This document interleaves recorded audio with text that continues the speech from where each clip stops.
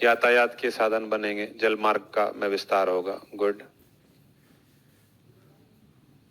अब देखो एक चीज मैं बता देता हूँ, पॉइंट तो सभी लोग जनरेट कर लोगे।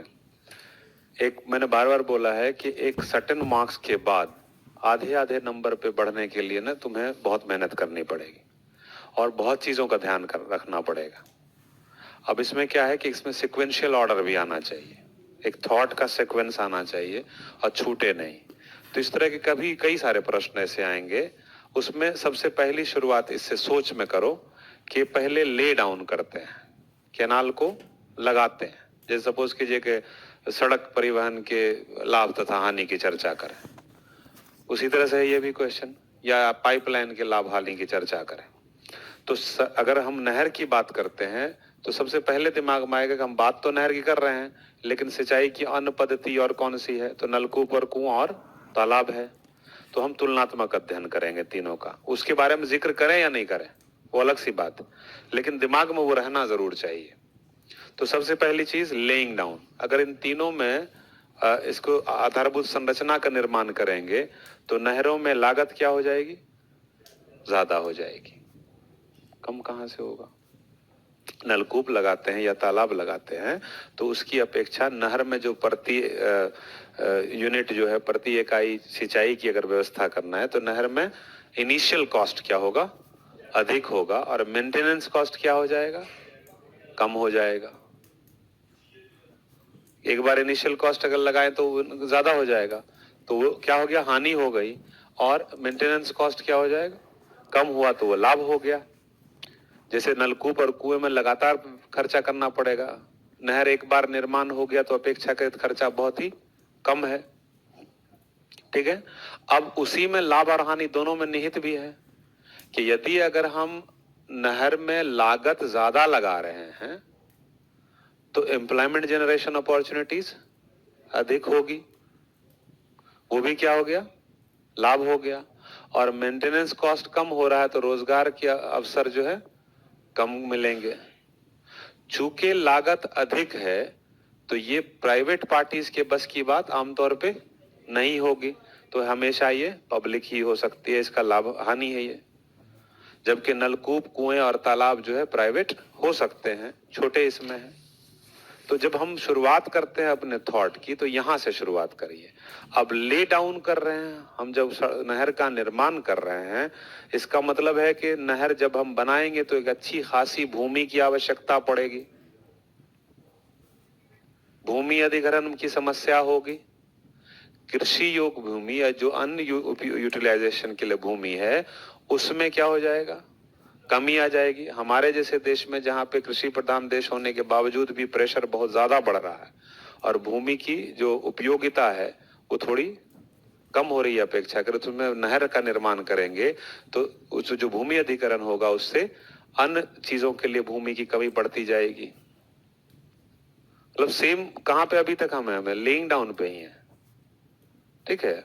उसके बाद जैसे हम ले डाउन कर रहे हैं, जैसे ही करेंगे वो तो उसमें निर्वनीकरण भी आएगा जिससे पर्यावरण पे नकारात्मक प्रभाव पड़ेगा।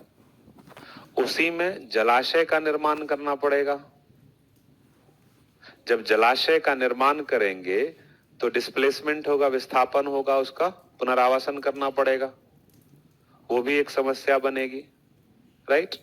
उसके बाद जेस्टेशन पीरियड बहुत लंबा होता है निर्माण कार्य का, कि कम से कम 10 साल 15 साल भी कई बार लग जाते हैं निर्माण कार्य में। निर्माण कार्य में 10 साल 15 साल लगाए तो उस समय तक आप क्या करेंगे। ठीक है। तो इस तरह की चीजें हानि होती है। अब यह लाभ उसी में कंस्ट्रक्शन में ही लाभ क्या है कि हम भाखड़ा नंगल से पर्वतीय क्षेत्र के मतलब पानी को हम राजस्थान के इंदिरा गांधी कैनाल के थ्रू भेज सकते हैं। ठीक है। नदी संयोजन कर सकते हैं, जो एक लंबी दूरी तक हम उसको भेज सकते हैं। उस क्षेत्र में भी भेजा जा सकता है जहां पे बिल्कुल ही शुष्क और शुष्क क्षेत्र है, जहां पे जल की पर्याप्त मात्रा अवेलेबल नहीं है। तो ये सब क्या हो रहा है, इनिशियल स्टेजेस में ही हो रहा है। अब जैसे ही पानी सप्लाई कीजिए तो सप्लाई करेंगे, अब दिमाग में लाएंगे कि सप्लाई कर रहे हैं आप, तो जल सप्लाई से संबंधित लाभ हानि सोचेंगे। मैं इसलिए बता रहा हूं कि कॉन्सेप्ट बिल्डअप कर लोगे तो कई सारे ऐसे क्वेश्चन होंगे शायद नहीं पढ़े होंगे आप, तो सोच की दिशा अगर बदलती, और ये सब इसको प्रैक्टिस करना पड़ेगा। ये ध्यान में रखना है कि एक बार पढ़ लिए हम लोग, अगर एक बार डिस्कशन कर लिए तो हो जाएगा, वैसा नहीं होगा। अब क्या करो, जैसे नहर पे हम लोग डिस्कस कर लिए, शाम में बैठे हुए ऐसे कुछ मन नहीं लग रहा है तो कुछ और पे सोच लिए, इसके लाभ हानि पे, तो ऐसे दिमाग लगाए, तो जब वो आदत बन जाएगी ना तो एक फ्लो नेचुरल रहेगा जो तुम्हारा अपना रहेगा।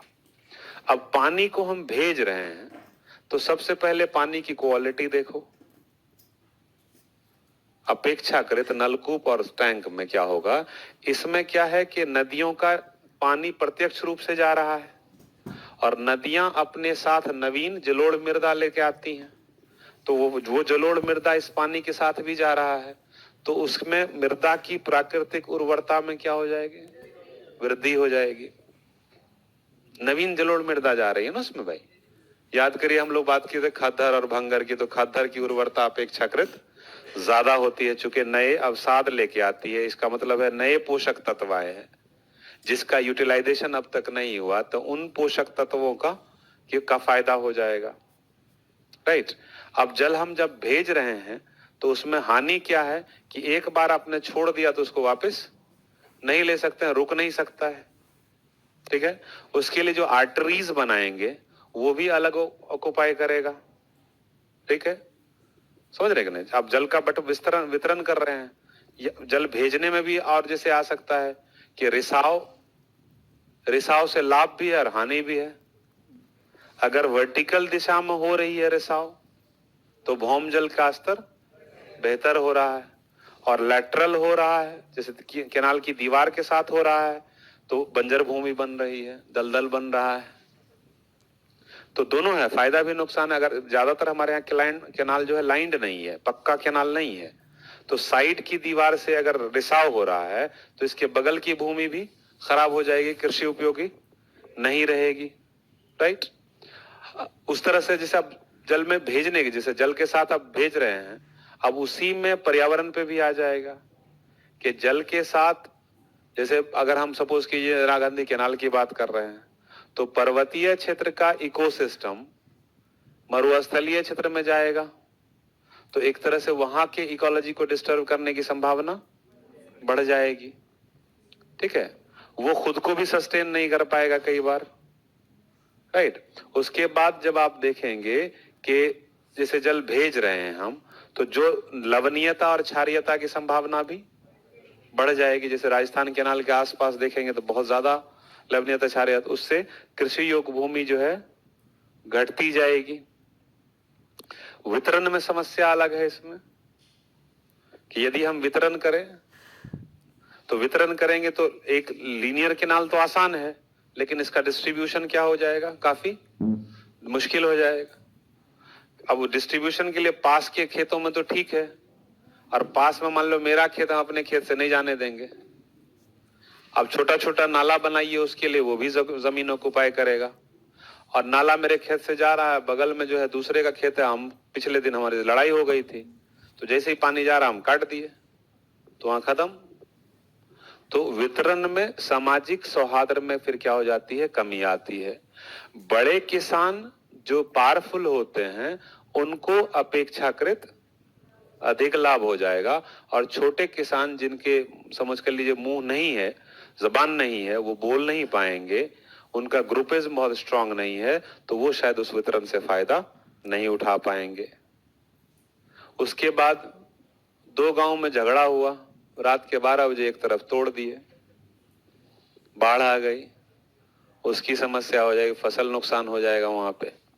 ठीक है, नहर टूट के भी बाढ़ बहुत बार सुना होगा, आता है कई बार, तनाव बढ़ता रहेगा। उसके बाद जब हम वितरण की अगर हम बात करें तो एक लीनियर वे में तो बहुत अच्छा है, लेकिन जैसे ही क्षैतिज में जाते हैं तो बहुत दूर नहीं जा पाएंगे, तो इसकी उपयोगिता क्या होगी, प्रतियोगिता मतलब पोटेंशियल के हिसाब से, क्षमता के अनुसार काफी कम हो जाएगी, जबकि नलकूप और कुएं में ऐसा नहीं होगा। सीजनल सप्लाई होगा आमतौर पे, जल का सप्लाई, जल की आपूर्ति इसमें एक समस्या है कि भाई छोड़ना है, एक बार पानी छोड़ दिया फिर वो एक हफ्ते चला, फिर उसके बाद सूखा रहेगा।